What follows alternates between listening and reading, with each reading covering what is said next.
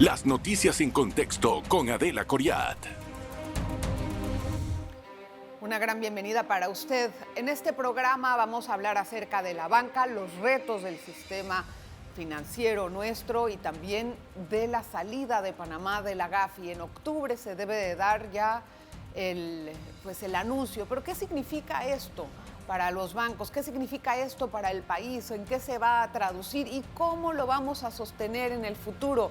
Esas son las preguntas que vamos a tratar de esclarecer con nuestro invitado, que es el presidente de la Junta Directiva de la Asociación Bancaria de Panamá, don Raúl Guisado, que hoy nos visita en esta ocasión. Gracias, don Raúl, bienvenido. Gracias, Adela, por la invitación que me hacen y con todo gusto pues, podré comentar sobre las preguntas que tengas. Al contrario, don Raúl, yo sé que acabamos de pasar ya de una visita in situ de los técnicos de la GAFI, que tuvieron varias reuniones con el ministro de Economía y Finanzas, con el presidente, obviamente, con ustedes. Y sé que se hablaron cositas que son secretas, pero me gustaría que usted me diga su perspectiva. ¿Qué sensación le deja esa visita y cómo ve de aquí a un mes que debe de ser el gran anuncio? Ok, sí, con mucho gusto. En efecto, el equipo evaluador de GAFI, se le llama el Grupo Conjunto de las Américas, estuvo en Panamá del 4 al 6 de septiembre y a mí me correspondió participar por el sector financiero en una de las reuniones. Todos los que participamos en las reuniones firmamos acuerdos de confidencialidad, por lo que no puedo entrar en detalle de los temas cubiertos en dicha reunión. Pero mi sentir general es que al país le fue bien en esa evaluación que se llevó a cabo aquí en Panamá la semana pasada y pensaría, en base a los avances demostrados por Panamá durante los últimos años, porque tenemos años de estar trabajando en esto, que en la reunión plenaria de GAFI, que es el 27 de octubre, esperaría yo que se haga el anuncio de que Panamá sale de la lista gris de GAFI después de 4 años o más de 4 años de estar en esa lista en la cual estamos el año 2019 y no tengan duda de que el haber estado en esa lista ha tenido un costo importante para el país y solamente por comentar un tema te puedo decir que la inversión extranjera directa ha disminuido en los últimos años con su llegada a Panamá. Panamá se distinguió por muchos años por ser el destino principal de la inversión extranjera directa cuando lo comparas con el resto de la región y de Centroamérica particularmente, y el año pasado no fue el caso. Así es que esto nos debe ayudar de muchas formas. O sea, de aquí en adelante vamos a poder ver un cambio, no solamente en la banca y todo, sino en la inversión extranjera. ¿Qué representa para un banco que el país esté metido en la lista negra, en la lista del GAFI? Y seguimos en la lista de la Unión Europea. ¿Qué significa eso para un banco? Bueno, como dices tú, tiene un impacto en los bancos en cuanto a financiamientos que podríamos recibir, por ejemplo, de organismos multilaterales, que el hecho de estar en la lista ya pues te limita. Igual pone presión y hasta en cierta medida limita igualmente financiamientos privados internacionales, porque un país con deficiencias estratégicas en materia de prevención de blanqueo de capitales, eso significa un riesgo alto. Así que en caso tal que decida una institución financiera internacional prestarte dinero, te lo va a prestar a tasas más altas, a un costo más alto, porque hay mayor riesgo. Así es que eso, sin lugar a duda, incide no solo en la banca, sino en el país, porque al final la banca igual traslada ese alto costo de los fondos en sus clientes. Así es que es un tema prioritario salir de la lista. Y comentaste algo importante. Panamá no solamente está en la lista gris de GAFI, Panamá está hoy día en 4 listas de sanciones. Está en la lista gris de GAFI, como dije, por deficiencias estratégicas en materia de prevención de blanqueo de capitales. Está en la lista negra de la Unión Europea por deficiencias estratégicas en materia de prevención de blanqueo de capitales, es decir, como consecuencia directa de estar en GAFI, estamos en la Unión Europea, pero hay otra tercera lista de la Unión Europea donde a Panamá se le considera un país de baja imposición fiscal o no cooperador en materia fiscal, Y por cuarto, hay una lista de Alemania que se llama el Tax Haven Prevention Act, que se promulgó en el 2021 y que entró en vigencia en enero del 2022. Entonces, ahora, si salimos de Gafi, es probable que salgamos casi que de manera automática de la lista negra de la Unión Europea por temas de prevención de blanqueo de capitales, pero aún tenemos trabajo pendiente con las listas fiscales tanto de la Unión Europea como la de Alemania, ¿no? Sí, aquí estuvo la embajadora de la Unión Europea y dijo que no era una garantía que nosotros salgamos de esa lista con la misma facilidad por haber salido de la Gafi. Don Raúl, también tenemos un tema de sostenibilidad de lo prometido, ¿verdad? Sí. Si bien es cierto, ahorita nos sentimos convencidos de que podemos salir de esta lista por los logros que hemos hecho, tenemos que sostenerlos durante el tiempo, si no nos van a volver a meter. Entonces, me gustaría hablar de eso después del corte, para que nos explique cómo va a ser el mecanismo, la metodología, si es que existe alguna, para que esto no vuelva a ocurrir, ¿le parece? Con mucho gusto. Vamos a hacer entonces el cambio y regresamos enseguida. En breve regresamos con En Contexto. Gracias por continuar en sintonía. Antes del cambio, quedamos pendientes de conocer cuáles serían estas metodologías o guías para no volver a caer dentro de la lista del Gafi, don Raúl. Y hay un grupo de personas que están tratando de ayudar al gobierno en esa labor para poder sacar al país de estas listas, pero ¿existe algo que vamos a tener que cumplir o cómo vamos a mantenernos en ese constante actualización para no volver a caer? Explíqueme. Sí, con mucho gusto. En efecto, se requiere un esfuerzo sostenido.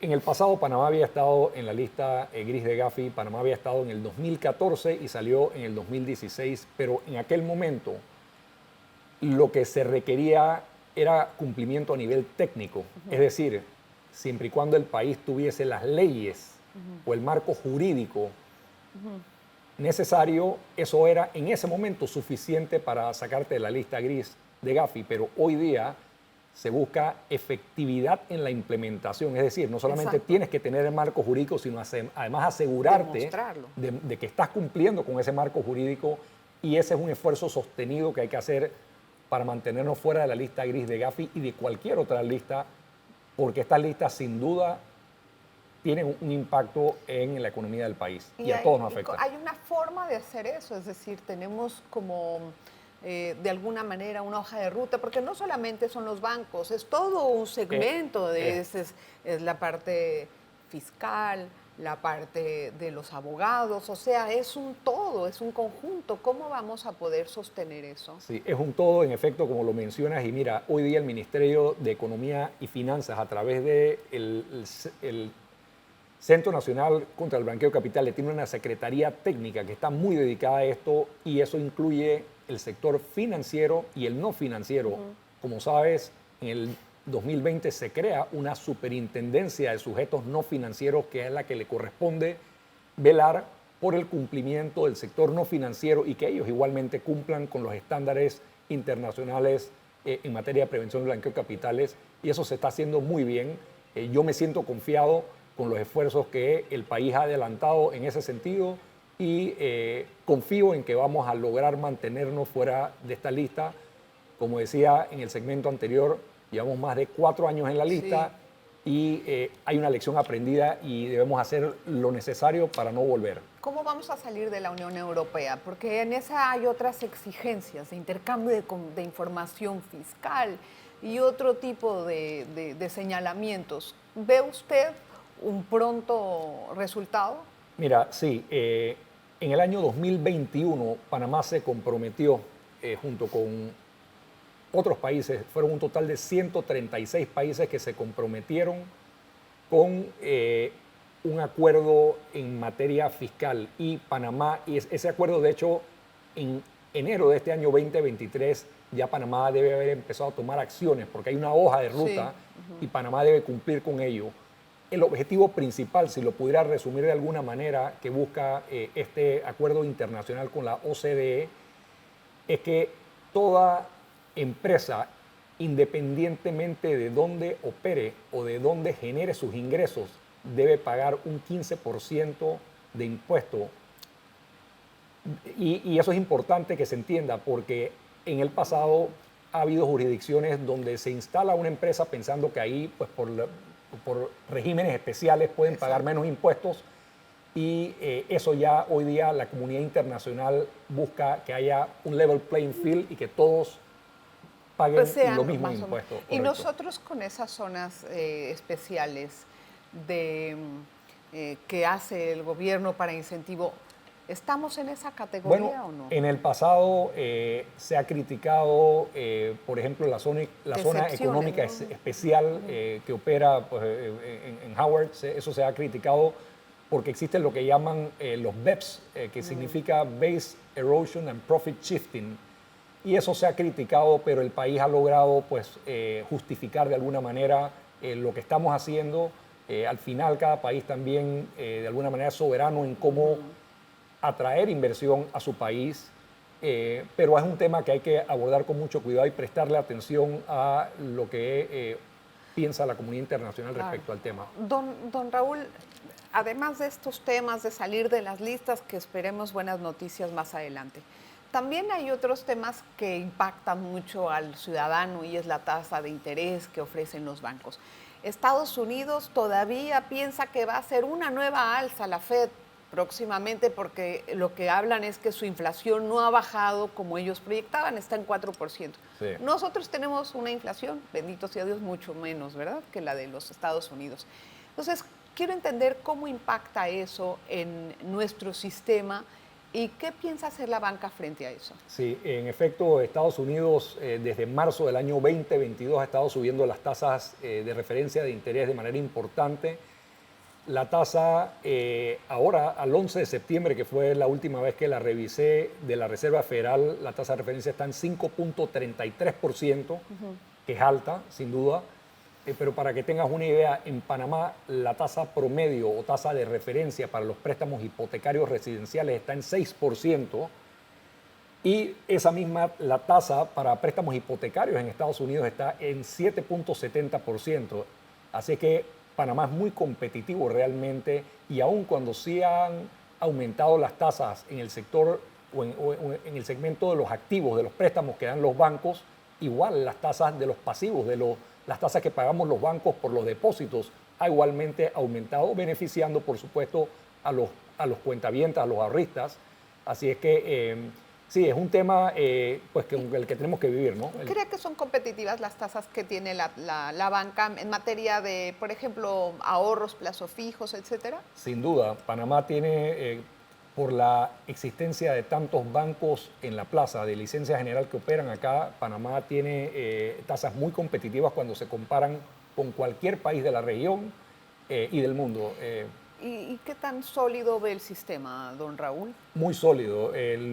Panamá realmente, luego de la pandemia y lo difícil pues, que estuvimos en los años 2020, 2021, Panamá se ha recuperado, el sistema bancario se ha recuperado muy bien y aun cuando los niveles de mora son quizás un poquito más altos de lo que eran prepandemia, están muy controlados, es por el orden del 4.1% a la fecha, y los niveles de reservas o provisiones para la cartera morosa son más altos que lo que teníamos prepandemia. Así que el regulador, la Superintendencia de Bancos en este caso, exigió mayores reservas y los bancos aportaron e hicieron mayores reservas. Así que el sistema está muy sólido, diría yo que mejor que antes. Era una preocupación grande eso durante la pandemia. Vamos a hacer una pausa, don Raúl. Regresamos enseguida con más en esta entrevista. En breve regresamos con En Contexto. Gracias por continuar en sintonía. Don Raúl, hay un tema que me gustaría que usted me explicara y me diera la apreciación de la asociación bancaria, y es que fue la demanda reciente que hizo el gobierno a uno de los bancos de la plaza, que en unas horas después se retiró, pero en ese interín yo me imagino que pudo haber causado un cierto no desbalance, pero sí cierta inquietud de los cuentavientes.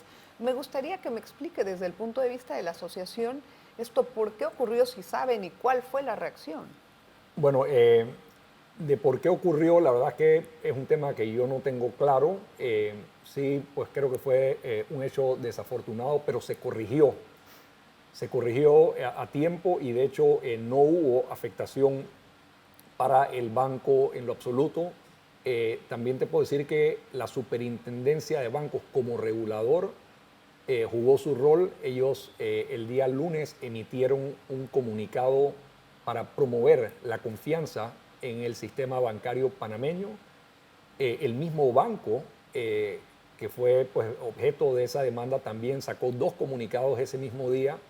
Te puedo decir que yo desde el mismo domingo, cuando salió la noticia, estuve como presidente de la Junta Directiva de la Asociación Bancaria en contacto tanto con el superintendente de bancos para entender qué sabía él y cómo podíamos apoyar. Y de la misma forma me puse la asociación bancaria a disposición del banco afectado para ver cómo podíamos ayudarle si había la necesidad de hacerlo. Como te digo, gracias a Dios, la demanda fue retirada temprano en la mañana de lunes y no tuvo mayor consecuencia. ¿Y el banco tuvo alguna consecuencia sobre fuga de cuentas o...? Yo conversé con el gerente de ese banco en la mañana de lunes al mediodía y me dijo que estaban bien, no había sido afectado. Igual la misma superintendencia de bancos como regulador estaba dando seguimiento a ese tema para ver pues, si había un tema de qué preocuparse, pero no lo hubo y yo creo que eso demuestra realmente la solidez del sistema bancario nacional. Ciertamente lo que ocurrió pues quizás sí deja una huella pues de algo incómodo, pero no tuvo consecuencias, gracias a Dios. Sí, Igual se está monitoreando muy de cerca todavía el regulador, ¿no? Pero estamos bien. Eso es parte de la confianza que debe de tener el sistema, no solamente en Panamá, sino en el mundo, o sea, hacia afuera. La ventana internacional que da ese tipo de situaciones es correcto. Deja muy mal.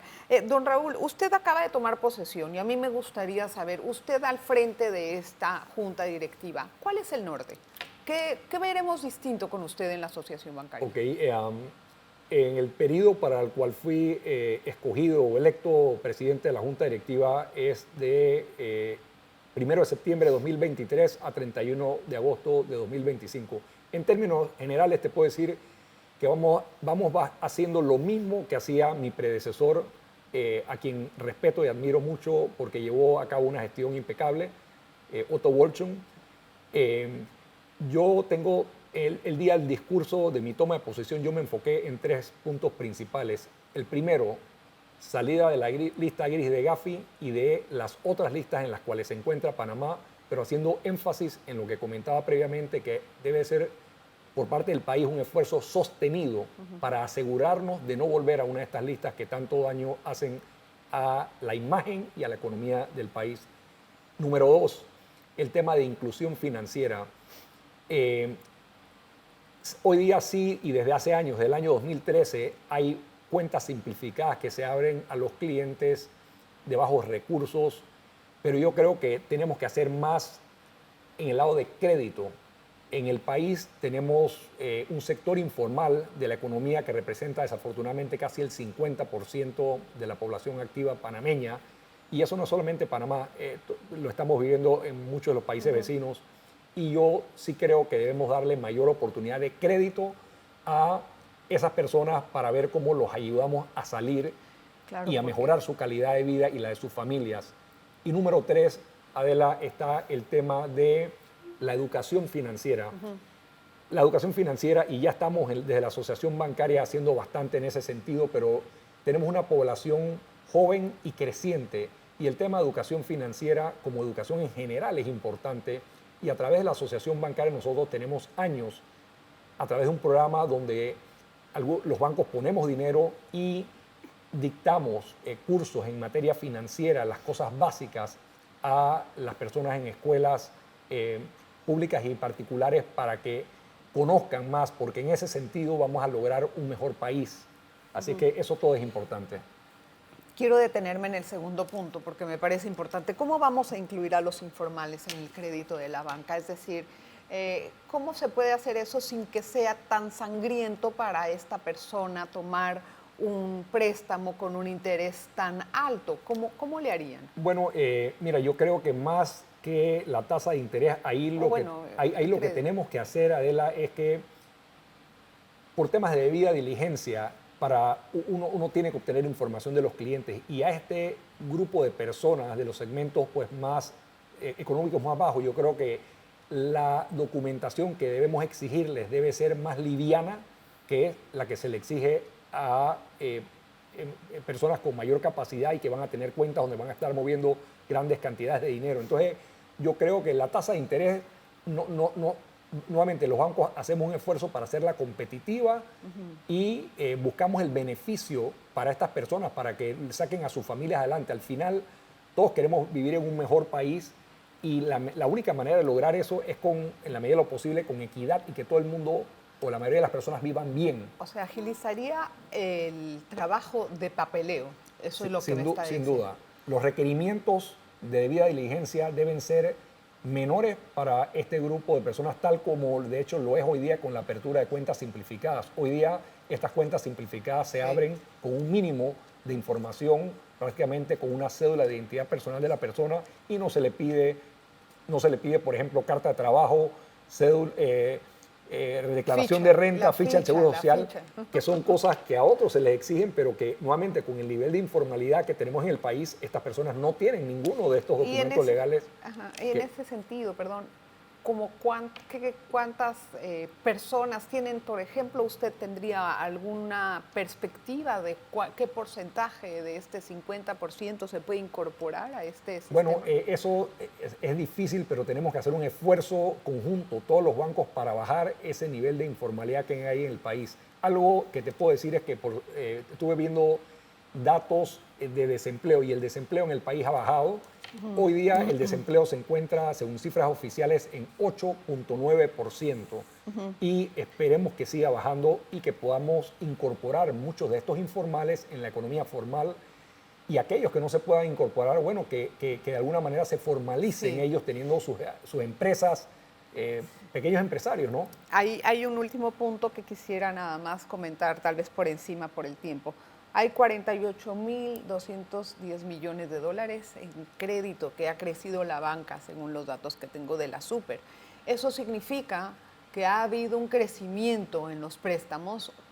Me imagino que eso es un buen síntoma para la economía. ¿Ustedes en algún momento se preocupan por algún tipo de mora en las tarjetas de crédito, que tienen más de 10,000 más o menos millones? Mira, la economía se está desempeñando a buen ritmo. El Producto Interno Bruto se estima que crecerá este año 5.7%, y la cartera de crédito de los bancos, cuando uno ve el sistema bancario, ha crecido en 5.2%, muy en línea con el crecimiento de la economía del país. Y te puedo decir que en tarjetas de crédito también se ve un aumento en los saldos utilizados por los clientes. No nos preocupa, es un producto crediticio donde no hay garantía, pero se está utilizando bien, los clientes están pagando sus créditos. Yo me siento muy optimista respecto al desempeño de la economía, y de hecho así lo demuestra pues el crecimiento de la cartera de crédito de los bancos. Que ha crecido, lo he visto. Bueno, en hipotecas hay una par, en tarjeta de crédito, creo que en todo. Todos los segmentos han crecido. ¿No? Algunos son más... Es correcto, pero todos los segmentos han crecido, tanto en la parte comercial como en la parte de consumo. Bueno, y hipoteca está, por supuesto, ahí también. Bueno, espero que para octubre, cuando tengamos ya ese buen anuncio, lo tengamos de nuevo aquí para que nos cuente entonces qué sigue, y podamos hacer un plan más estructurado para las listas que nos faltan, que no sé cómo vamos a hacer eso. Gracias, don Raúl. Con mucho gusto, gracias a ustedes por la invitación, y con mucho gusto estaré acá cuando me inviten. Bienvenido, muchísimas gracias. Gracias por estar con nosotros, y gracias a usted siempre por estar en sintonía de En Contexto.